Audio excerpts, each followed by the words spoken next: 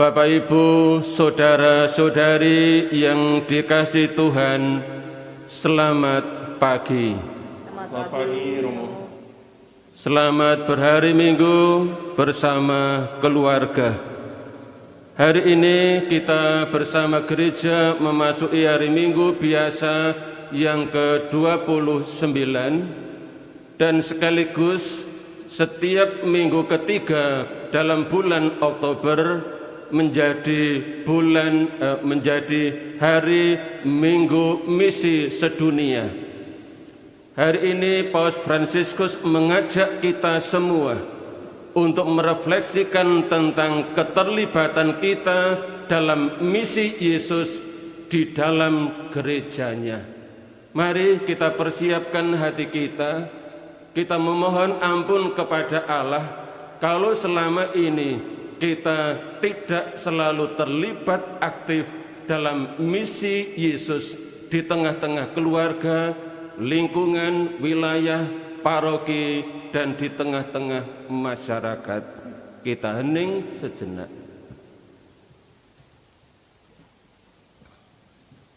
Marilah berdoa.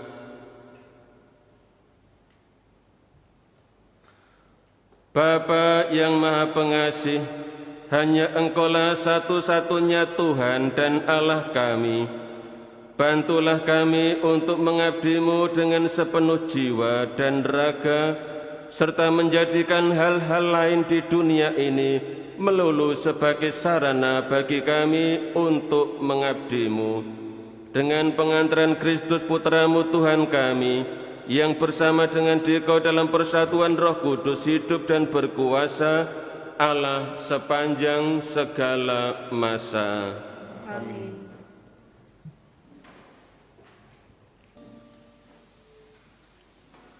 Bapak, Ibu, saudara-saudari kekasih Tuhan,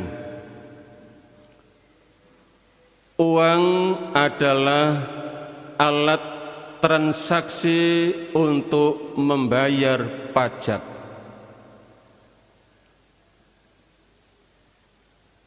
Hal ini juga terjadi pada zaman Yesus. Orang-orang membayar pajak dengan uang dalam bentuk dinar.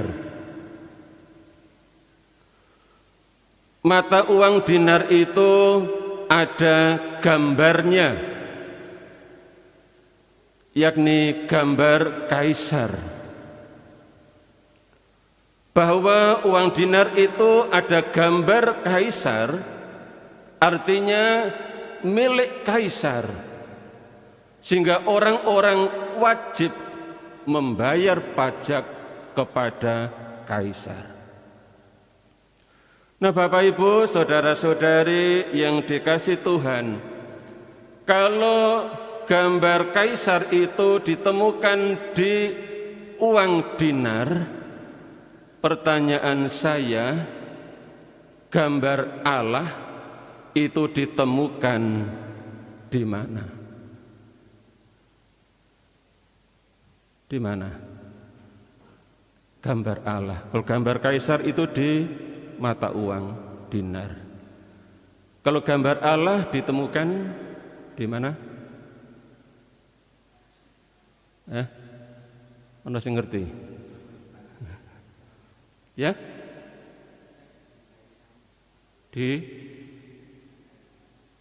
Ya. Gambar Allah itu ditemukan dalam diri Anda dan saya.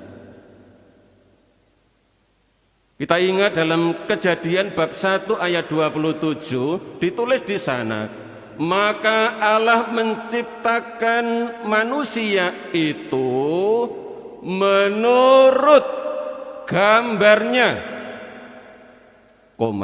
lalu menurut gambar Allah diciptakan dia. Pria dan wanita diciptakannya mereka. Jadi kita ini adalah gambar Allah, yang berarti kita adalah milik Allah. Maka pada bagian terakhir Injil tadi Yesus katakan, berikanlah kepada kaisar apa yang wajib kamu berikan kepada kaisar, dan kepada Allah apa yang wajib kamu berikan kepada Allah. Lalu apa yang wajib kita berikan kepada Allah, saudara? Santa Teresia dari kanak-kanak Yesus dan Wajah Kudus pernah berkata begini, segala sesuatu adalah rahmat. Kalau begitu, maka apa yang wajib kita berikan kepada Allah pertama-tama adalah ucapan syukur. Karena yang kita terima ini diberikan oleh Allah sebagai rahmat. Dalam hal ini saudara-saudari, kita perlu belajar dari Rasul Paulus. Yang kita dengar dalam bacaan yang kedua tadi, bagian pembuka dari suratnya yang pertama kepada jemaat di Tesalonika, Paulus mengatakan, kami selalu mengucap syukur kepada Allah karena kamu semua, dan menyebut kamu dalam doa kami. Paulus luar biasa. Dia mengucap syukur kepada Allah bukan kadang-kadang kalau ingat, tetapi dia selalu mengucap syukur kepada Allah karena kamu, jemaat di Tesalonika waktu itu. Bahkan Paulus menyebut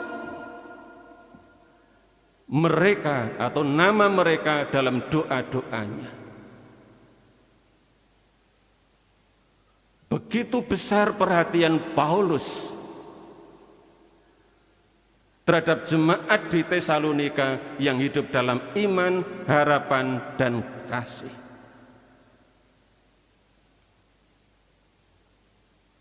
Bagaimana dengan doa kita?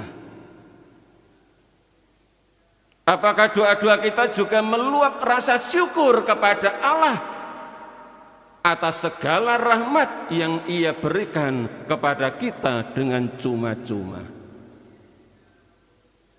Apakah dalam doa harian kita, orang-orang yang kita kasihi juga sering, untuk tidak mengatakan selalu, disebut namanya? Apakah nama istri sering disebut dalam doa harian, doa pribadi? Nama suami disebut dalam doa pribadi? Apakah nama anak-anak, nama orang tua, atau pacar, atau sahabat karib disebut dalam doa pribadi? Paulus memberi contoh bagi kita. Oleh karena itu, Paus Fransiskus pada hari Minggu Misi Sedunia hari ini memberikan pesan demikian. Perayaan Hari Minggu Misi Sedunia juga merupakan kesempatan untuk menegaskan kembali. Paus Fransiskus menyebut dua hal. Yang pertama, tentang bagaimana doa kita. Bagaimana doa harian kita. Doa kita khususnya dalam keluarga. Apakah pada masa pandemi COVID-19 ini, di mana keluarga banyak waktu untuk tinggal bersama, juga menjadi kesempatan untuk berdoa bersama dalam keluarga?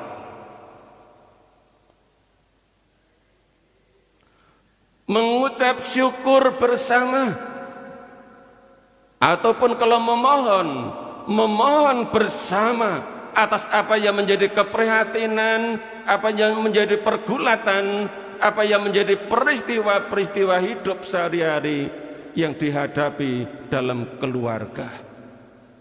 Didoakan dengan ketekunan pengharapan seperti yang dilakukan oleh jemaat di Tesalonika.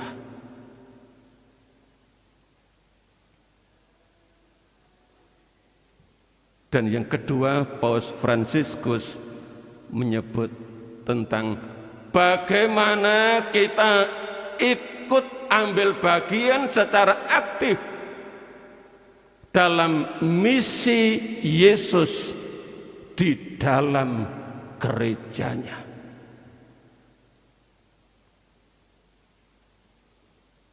Misi Allah dinyatakan dalam misi Yesus, dan misi Yesus dinyatakan dalam gereja. Maka sebagai anggota gereja, apakah kita terlibat aktif dalam misi ini? Keuskupan Agung Jakarta tahun ini menetapkan sebagai tahun keadilan sosial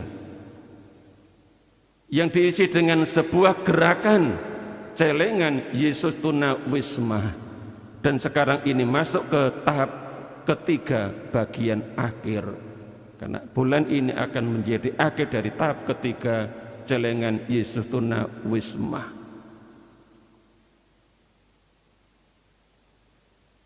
Saya pribadi sebagai pendatang baru menghimbau agar umat terlibat aktif. Jangan mengatakan aku randai duit, aku ra iso ngisi celengan, wis ben-ben ae. Apa yang sudah kita terima dari Allah menjadi bagian dari hidup kita untuk kita persembahkan kepada Allah, kita berikan kepada Allah dalam bentuk derma. Maka derma menjadi ungkapan tindakan keadilan yang berkenan kepada Allah. Saya katakan demikian karena Allah sudah memberi banyak untuk kita, dan dengan cuma-cuma kalau kita tidak memberi kepada orang lain, kita berlaku tidak adil justru di tahun keadilan sosial.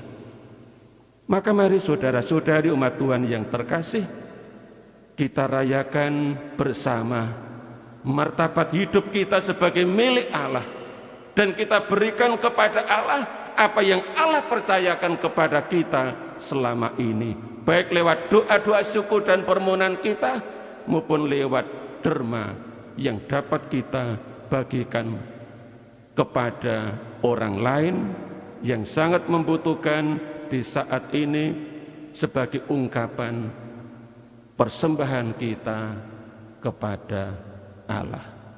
Amin.